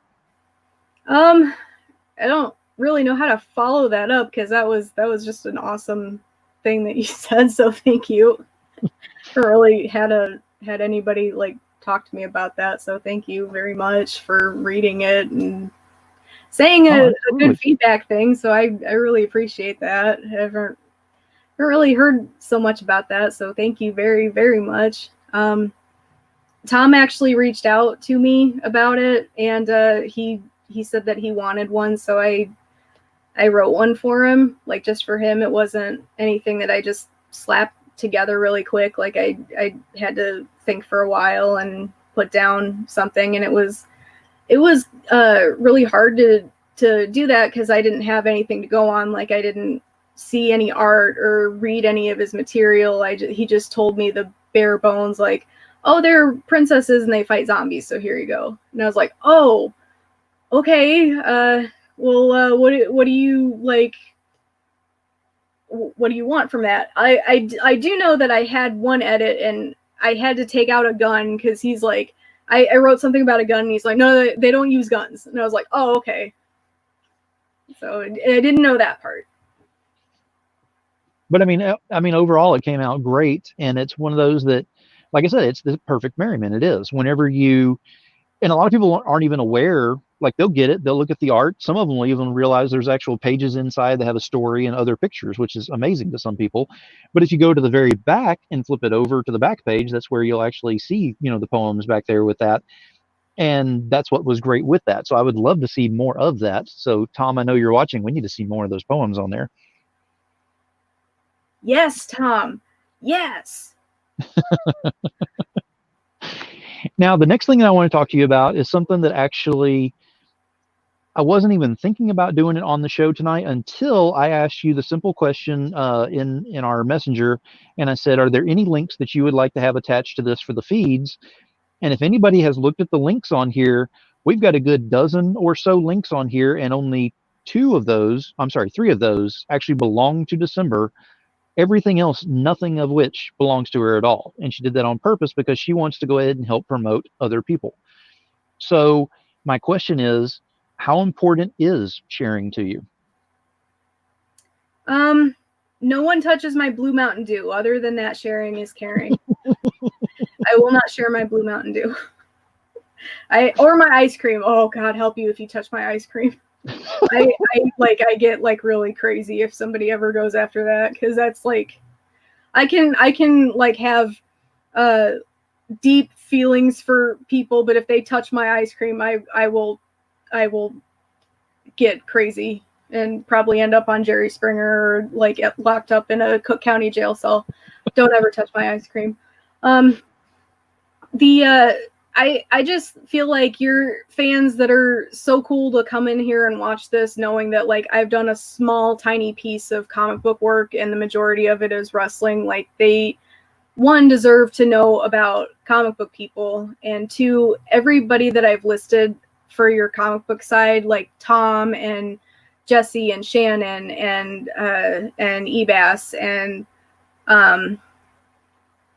I'm forgetting like everybody that I put down there, CB, like Steph, everybody on there, they have all been so kind to me and so generous, and they have all done exquisite work, and they deserve recognition, and anything that I can do to help them, I will. They like, I can't imagine how hard it is not going to cons when it's like that's a huge part of how they get fan bases and how they normally spread their work, and like so much of their work makes people happy. I know it made me happy. But like if I can do just a little bit for them, like I would love to do that. It's like I know how inspiring their art makes me. Like if I'm having a bad day or something, I can look at an image and just like I can perk right up. Like it's not something that'll take away an injury or anything else like that, but it is something that will turn the day around or at least help to. But I think I choose art. Like if I have something that hurts me, or if there's a demon that I can't like conquer on my own, it's like I just remember to choose art. That's just that like what I that's kind of like my life motto is choose art. You gravitate towards what makes you happy, that kind of thing. And it's like there are so many things that people are dealing with right now that you don't understand or you don't know about, or people might never ever talk to you about. But if you can like choose to create or choose to help somebody create, or look at something for a little bit that takes your mind off of something, it's like that's choosing not to give into a demon, and that's choosing to help yourself get better. Now, whenever you keep saying demon, you don't mean me. You're talking about, other demons. You are not a demon at all. Sorry, I had to throw that out there. The name's right there. No, but I mean, it's really cool because you have mentioned in the past, hey, if you want something, share it out there, throw it on my wall or tag me in it or whatever, and I'll share it. And at the time, it's like, that's cool. And I'll throw a couple of things and, maybe you will, maybe you won't, whatever. Every single time that I've tagged you in anything or thrown anything up there, you share it out. And that's not just me. I mean, it's anyone who does that. Or you'll go and find things of people that you have respect for because they have respect for you. And I've said this on many of my other shows, like gets like, respect gets respect. And you're a proponent of that as well, because you show that off in that way that people have actually done for you. And now you go ahead and give back in the way that you can. And usually that's as easy as just hitting that share button. People don't understand how easy it is to do that. But you go a little bit further because you almost promote on that end as well. Because case in point, I'm going to go ahead and call out Tom on this one, because Princesses versus Zombies was going on, and I believe it was the night before it ended. You got on there, or it was the night of that it was ending. You jumped on there and had a live thing that you were talking about it and what all was available. Yeah, I think I remember that. Yeah. Yeah, it was the day of. You did it like 2 or 3 times before it ended, because you were really trying to get that last push so that you could get that last amount in there, which that was probably the most stressful ending to a Kickstarter I've ever been in the audience for, but it was fun. That was emotional. A freaking penny away with only seconds. I'm that happy though. Oh my God. Did you see the ending to that? Oh yeah, he cursed out loud. I mean, he F-bombed. We were like, oh, this is great. Tom was hilarious. I think he had to spite me though. I think that was a personal attack. No, I really do, because he knows that I'm a big fan of Jesse Witchman's art, and the final reward on that was a metal card, and we were like really close to it. And he's like, "Oh, I don't think that we're gonna do it." I'm like, "Bitch, don't make me get on there and promote." So I did it, and then like to prove a point, I was like, "No, we're doing this, and I'm getting that card, because don't you dare tell December she can't have something." And then that happened, and now I can lord it over his head when he tells me that I don't know if we can do something. It's like, yeah, together we can do anything. BDI fans are strong when we unite, and we can do anything. There you go. There you go. That is absolutely true. No, Now, but for the promoting though, it's like at PCW we were on our own to promote our own things, so it's like we kind of had to do it ourselves, and it's like even for me as an individual, when I had to work in the indie scene and I had to get my own bookings aside from PCW, like I had to do that by myself. So I was working like to promote myself as a wrestler, like to get my own jobs essentially, and it's like I'm kind of used to doing it for myself, and I just, when I stopped wrestling, I just stopped doing it. And a lot of people, I think, mistake my enthusiasm for just like, oh, just hit the share button and that's cool, and they don't really know quite what to make of me because I'm like, just, oh yeah, I can do that for you, and like they don't really know what to do with that because I'm just like, yeah, I can help. Like my background is like I'm kind of used to that to begin with, but it's like I promise you, if I did not believe in you and your art, like I would not ask you to do that. Like I wouldn't like give you a false sense of like, oh yeah, sure, that's great. It's like, no, I really do want to help you out. So like just, and the other thing too is like I don't think that I'm so popular or whatever that like I'm gonna get you a like thousands of fans, but I do think that I'll probably get you a couple more people that'll be like, oh hell yeah, that's awesome, and they'll like, and that's the biggest part about sharing is with the 29 and a half years of retail management that I've had and everything, the one thing that's always in sales training is for every 100 people you talk to, one person's going to buy. So that's 100 to 1 is your ratio. So if I can get 100 people, Steph Wilson can get 100 people, Tom can get 100 people, you get another 100 people, that's more, that's another person per person that we're, spreading this out to. The math works out whenever you start doing it that way. December doesn't do numbers. I will keep that in mind because I know you've actually put out some great numbers as far as getting people motivated and energized about it. It's not a matter of just a numbers game to you. You actually, it's that passion in the industry. You actually exude that as well. And not because you're an artist or a writer or a publisher or anything like that. You are a super fan, but you're also, you believe in the people that you believe in, again, because respect gets respect, like gets like. And you can definitely see that whenever you go ahead and promote something and push something, you're pushing it to that nth degree. You're not going just, yeah, I'll go ahead and share it. You never do that. You actually share. You always go to that top end level there, which is great. Well, I mean, there's just no reason not to. It's like we'll use an example. Like if I see something that's awesome, it's like, why not share that with everybody? Like everybody should know how awesome that is. And let me see. I saw something on here just a minute ago about the, yep, I thought so. Tom said new poem on the next issue. Yay! So that is official right there. So, all right. I will be looking forward to that. So, yeah, I mean, sharing is great and it's an easy thing to do. And especially if you put your passion into it to go ahead and help people out, which is exactly what you do, is great. And you actually spread yourself, I'm not going to say incredibly thin, but there are times whenever you're helping this one out, this one, and you're not putting any more in any one of them. You're not showing favorites on that. You're just basically helping out, which is great too. So how do you keep up with everyone who has everything going and know who's got what projects going at the time? I try as best as I can. I sometimes think I should keep a spreadsheet because truthfully I don't. But it's like, because each project and person means something to me, it's like it sticks. It's like I know that CB Zane, for example, has Scorpiana 2, which is coming on Kickstarter June 17th. That's an important project. I mean, I backed the first one. She's a wrestler, which is awesome. So it's like that one's easy to keep track of because it's like that's important to me. CB is a person and his project is important. I know that Jesse's got his Fathom. That's pre-ordered. I don't know the exact date on that, but that is on his website. He's got that going on. They just wrapped with Lady Death.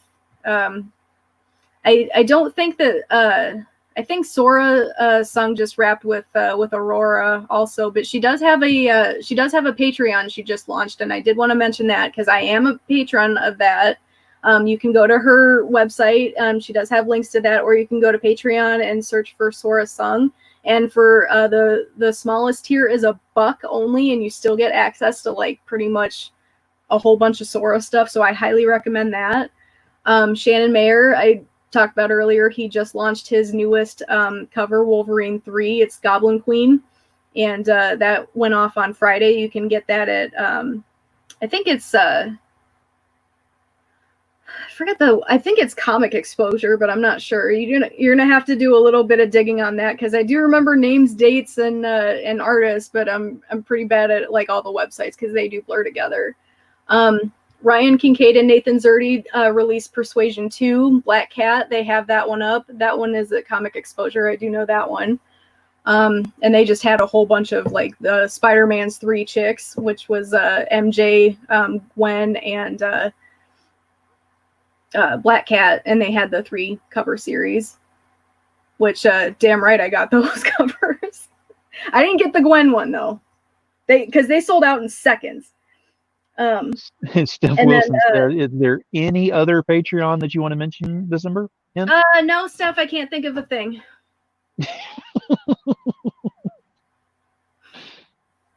I knew you'd pull that. I knew that you would do that. I have your link up there. Like, what do you want from me? Oh, okay, and Shannon said yes, it was Comic Exposure. Yep. I got one of them right. Yes. Victory. There's who else had something coming up? But yeah, I try to keep track as best as I. Blue Jays coming up on BDI.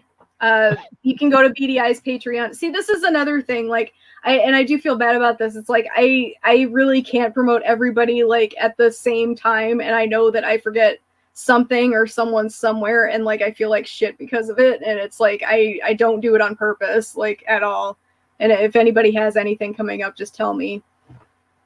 I know that you should all go to Mog Park's website and Facebook, because she's doing, I think she's still doing her special on commissions. And if you guys don't know, she just, I think that Tom might have some of these on his Wednesday shows starting next week, but she did her first ever cover for BDI recently for Penny for Your Soul. 7?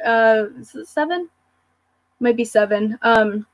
But she's a Game of Thrones illustrator, and she does kick-ass, amazing art. Her dragons are phenomenal. You got to see her dragons. But yeah, check out Mog Park if you can. Just awesome, awesome lady. I love her. She's just like a really motivating, just really sweet person. I have 2 more that I know are coming up this week. Jim Noble, his birthday is actually on Tuesday the 16th. Oh, we got to celebrate then. And that's the same day that he is launching Totally Rad Life of Violet #3 on Kickstarter. And we have, well, it's actually next week. I'm sorry. Next week on the 24th, which is Fairy Day, is going to be Naughty Stripper Fairy Assassins Wendy! #4. Yay, Wendy! I love Wendy. I actually got her pink glittery cover that she was doing on her Etsy. If it's still on Etsy, like, let it be known, all of you, that is the pinkest, most sparkliest cover ever, and I totally got that, because that is awesome. And I'm going to look at it, like, every day. Yeah, she's got some great stuff on there. And then, of course, we've got ClickCon, it's going to be coming up in September, and we're all looking forward to that. And if you don't know enough about ClickCon, there's more information that's going to be coming along with it. They're leaking out little by little, like they love doing. That drives us insane. But I believe in July is whenever we're going to get a lot more information on that. So we've got about a month before we start hitting more information on there. Yeah. And to my knowledge, I believe I'm going to have Tom, CB, and Wendy, all 3 on here with me discussing about ClickCon. So that'll be fun. Let's see. Looking through the comments over here, because we had a lot going through. I know Monty Moore just he got done with Loco Hero, and that was a really awesome campaign. And Monty also, he's one of those ones that just gives 110 in whatever project he's working on, and that one was just such a good campaign. And that was I grew up in a family of veterans, and that was just like really close to home. So I'm just so happy on his success on that one, and just like really sweet guy, and I'm glad that he got like as much as publicity as he did on that one, because well deserved, and I just so happy for him on that one. Well, a lot of people don't understand with Monty's project is it wasn't just a Monty art project. Right. This was actually his first comic that he actually wrote and did everything for and all. And then he had, a few variant covers and everything as well. But he was incredibly nervous about doing that. Whenever I interviewed him about that one, I couldn't believe how nervous he was about it. I don't think that he should be, though. It's like no. I would put absolute trust in him with like, if it was his first time writing something, I for one can't wait to read it, because if he puts as much detail and hard work into his writing as he does his art, then like he's just set, because he is just so talented, and I know this means a lot to him. Like I already know it's going to be great. Like Monty, you don't have to be nervous about anything. Like I got you. You're awesome. Now, what would be a dream mashup that you would want to see in comics? In comics, am I allowed to do the dreaded cross universe? Oh yeah. I would probably do probably Black Cat versus Catwoman, because the whole cat and thief thing, it's like I just kind of want to know like who wants that title more. The comparisons have been just like insane throughout the years, and it's like I just want to see it, like who reigns supreme in the feline world. I also want to see Rogue versus Superwoman. Like I could never figure out like who would like truly win on that one. I mean, they're both like, they both have superior strength, and technically one is a goddess, but I don't know. It's like Rogue seems like a formidable opponent to me. That could definitely be interesting. I'm also like trying to figure out if who would win, like Spider-Man or Iron Man.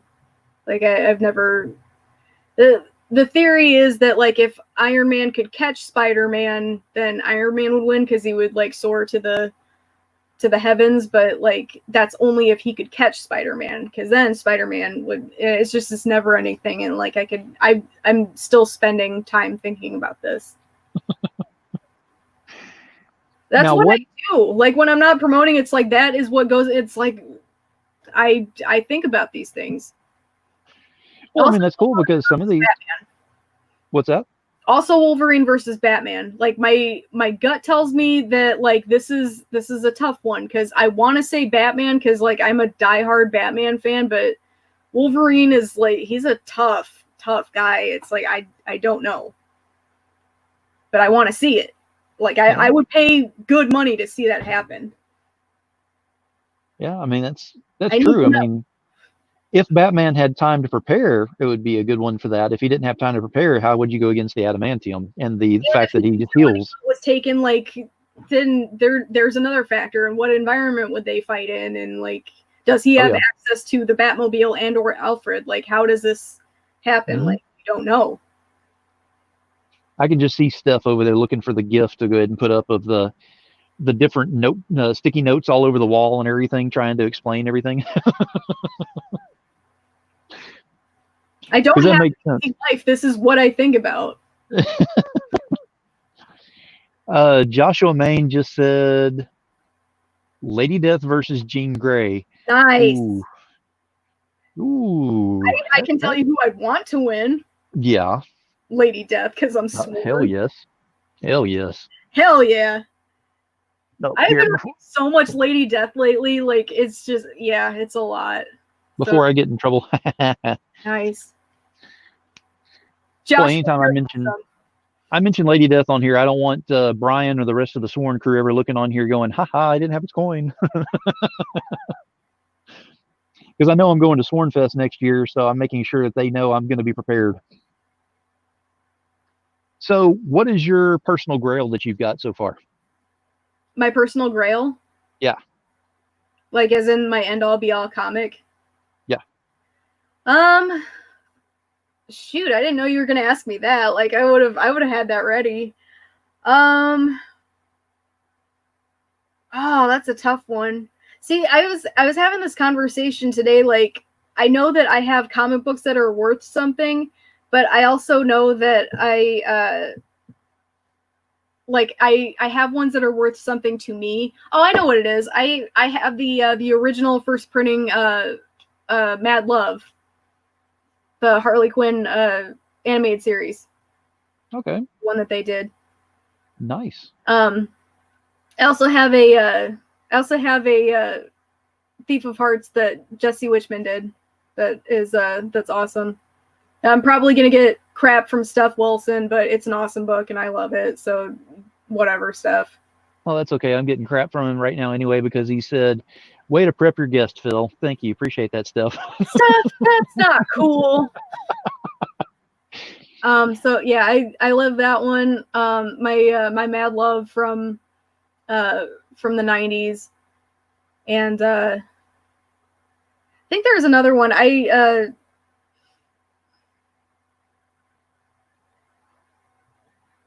probably blanking right now, but I do know that my latest acquisition that I can't get out of my head. I recently was able to get a hold of of Shannon Mayer's first ever cover, the Oz 7 from BDI. Somebody put it up for auction on eBay, and it was in a whole bunch of, like, it was a stack of other BDI stuff, and I don't think they really knew what they had, kind of thing. And it was not an easy battle to win, but like I knew that it was Shannon's, and it was like I don't have one and I want one because it's like one of the few of his that I don't have, and I know it's gonna be like a while before I can get it ever again because nobody wants to give those up, and if they do, it's just to profit hugely off of it, and I keep mine, so they're like forever homes with me. So I was so happy to have it. It looks gorgeous in person, and ever since he talked to me at C2E2, I've like started collecting more of his covers, like not just because like he does a whole bunch of dark red stuff, just because he was just so wonderful to talk to, and it's like I just want to have like all of his art that he's ever done because he's just an awesome person. So I was like, I gotta start from the beginning, and then that came in, and I was just so happy. I was like, there it is. And looks like Joshua's fixing to have to leave. He's got to get ready for work. Joshua, thanks for being here. Joshua, tell me what work is.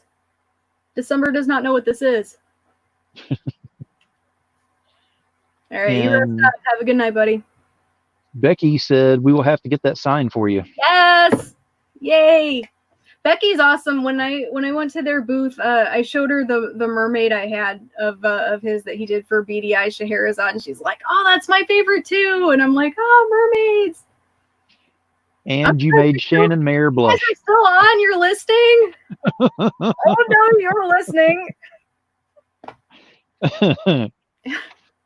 Well, just know that one of your I think it's like 1 in 250. Just know that one of your 250 is in a forever home and it's being well loved and taken care of. Nice. It was not easy to obtain either, like at all. So, what's next for December? What are you planning on doing? Because I have heard rumors via post that maybe getting back into some form of wrestling, possibly, maybe. You know what, it's the weirdest thing. It's like ever since I stepped back from it, and like I never officially like retired, I guess. It's weird because it's like there has been so much more interest in me now that I've stepped back, that like it feels like there's more interest now than there was when I was doing it actively, like in the first stages. And that really fascinates me, and I don't really say no to fans. like ever. So it's like if they want me somewhere, then like I tend to go where they need me.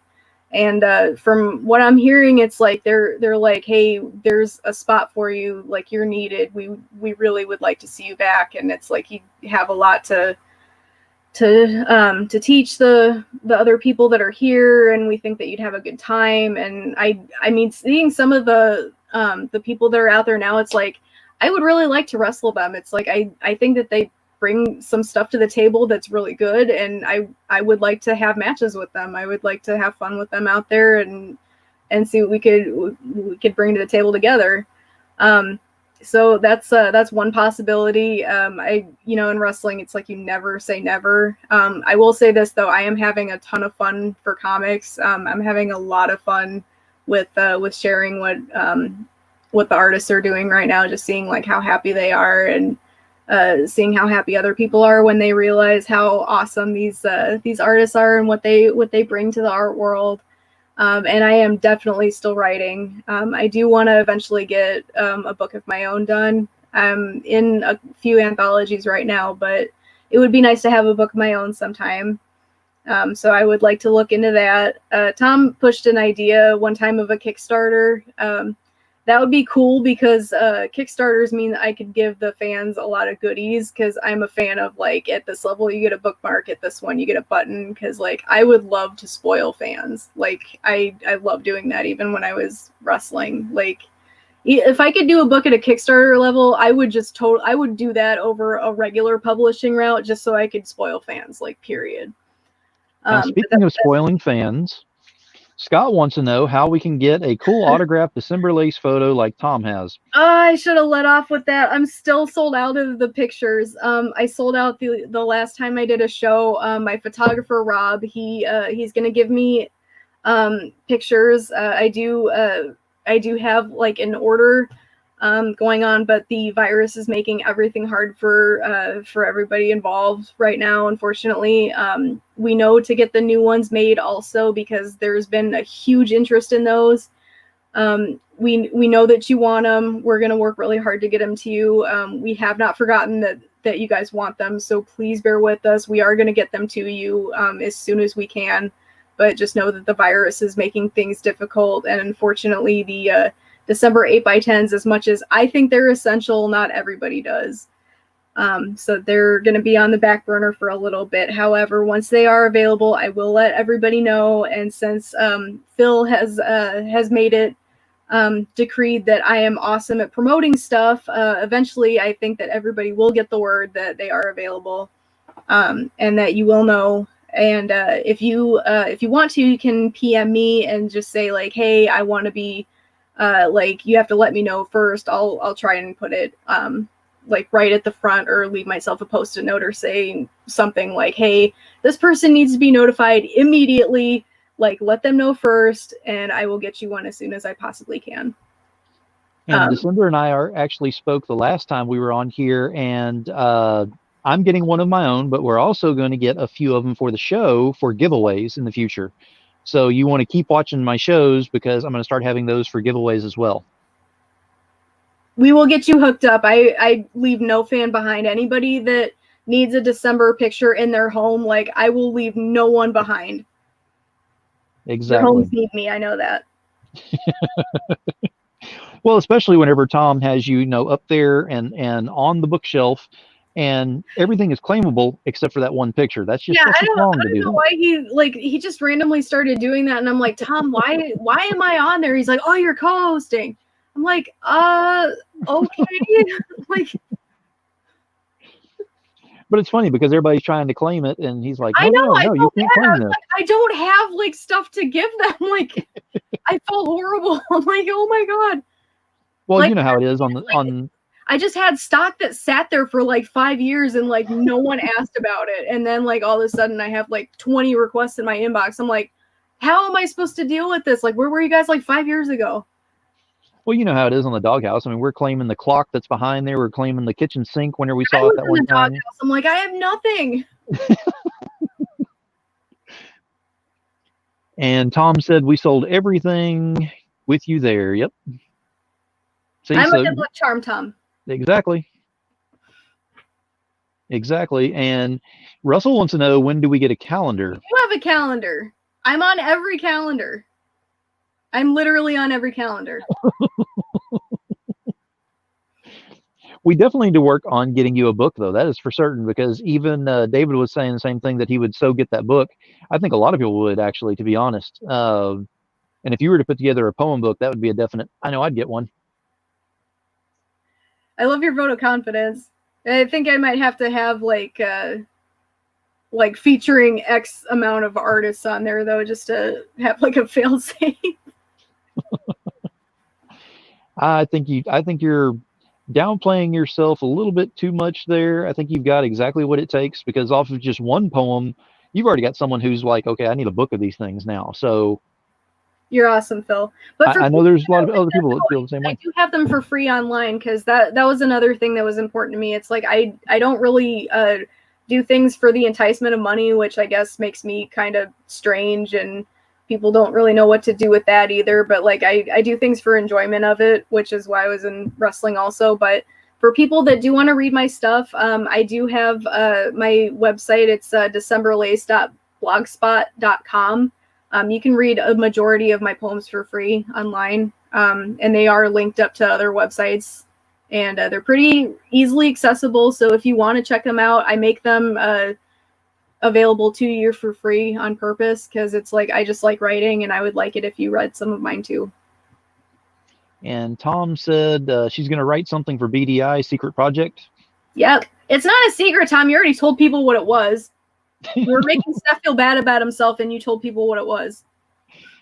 And then you were saying you would have to have artists to go ahead and help promote, what you were doing with that. And that's whenever Steph put this up there saying, Jesse will get the cover. Jesse does not have time for me. And Steph said, if you need a variant cover, though, he knows a guy. Oh, that's right. We all know David Fott. We can get him to do that. Yeah, that would be awesome. Oh, we got to have fun with Steph. We love you, Steph. If he didn't poke the bear as much as he does, yeah, I know. We wouldn't have to poke back. Steph is actually really cool. Like I have like lengthy conversations with Steph, and he's so sharp and just very down to earth. And I want so many people to know about him. He's a terrific guy, just very, very sweet. He's just so cool. And you can tell too when he's doing his videos too, he does his draw with Steph, and like he includes people. Just really, really cool guy. Very much so. And I've actually had the pleasure to meet him in purpose. Yes, I actually met the elusive Steph in the wild, and he signed some stuff for me and everything as well. So it was very cool to actually meet him. It was only for 15 minutes, 20 minutes, something like that maybe. But I mean, it was very cool to actually meet him. Yeah, and Carrie. That's one of my goals too.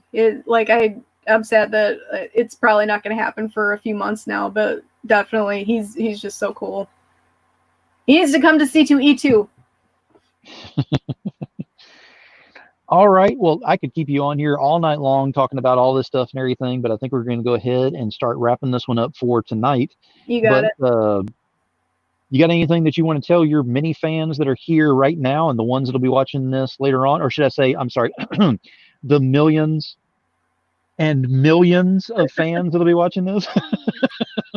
For probably the more realistic version of like the 5 fans that I have, and for the like 15 that are watching later, you stay tough out there. I know that times are kind of weird right now. I hope you're healthy and well and safe, but hang in there. You've made it this far. I know that you can go faster and longer.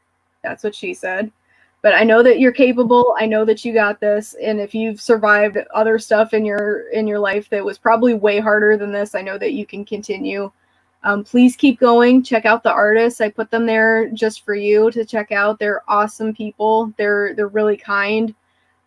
Nobody's on there that's a complete douchebag. Like, I would not do that to you. Their art is amazing. They're sweethearts. And please check out Phil's YouTube page also. He's a terrific guy as well. As you spent the last hour with him, you already know this. Check him out. Give him a like on YouTube. It'll make his day.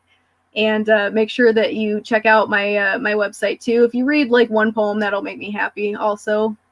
If you've spent this long listening to me talk, you're probably my hero as well, because I mean, that's my favorite thing in the world, is to hear myself talk. But kudos to you as well. But yeah, stay strong out there. You can do this. You got this.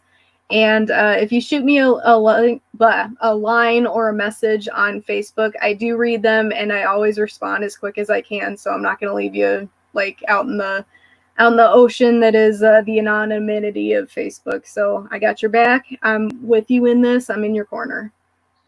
Absolutely. All right, I'm going to go ahead. I will put you backstage if you want to hang out for just a minute, and I'll talk to you whenever I'm done, if that's cool. Yeah. All right, let me do my closing, and I'll be right out there.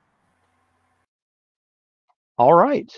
So we had December Lace up here. We had Tom go ahead and step in at the beginning. And again, thank you, Tom, for doing so with that. And thank you, everyone, for being on here tonight, for watching and all, and interacting and having fun.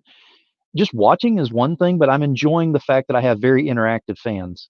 I always have a closing statement. Tonight's not going to be any different than that. I never script it. I never, write anything down as I'm going along. So I just go along with what's on the show. And this time it's one word again, which is selflessness. The reason that I brought December on here was actually to go over her wrestling career and some of her likes and dislikes in comics. But whenever we had that conversation and she flat out said, is it okay if I go ahead and give other people's links on there? It floored me. I was like, well, yeah, absolutely. I mean, I agreed very quickly. I'm not going to have a problem with that at all. And she gave me a series of links and kept apologizing, saying, I'm sorry, there's so many. Hope there's not, too many on there. I'm great with that. Selflessness. She actually spent her time up here. Yes, we talked to her and learned about her and some of the things that she's done and is going to be doing, but every single time she's pointing out someone else. So that selflessness is there. So again, all of my shows always have the positivity aspect in there. So you're always looking at something where you can get that pebble dropped out there into the pond and get those ripples going. So why not be a little more selfless? Why not do something for someone else? Why not go ahead? It doesn't always have to be just in the comic industry. It could be anything in life. But do something selfless. Get that pebble dropped out there. You never know. Those ripples will end up hitting the other side of the bank. We'll end up negating that negativity before you know it. So that's the closing statement for tonight. Thank you again for being here.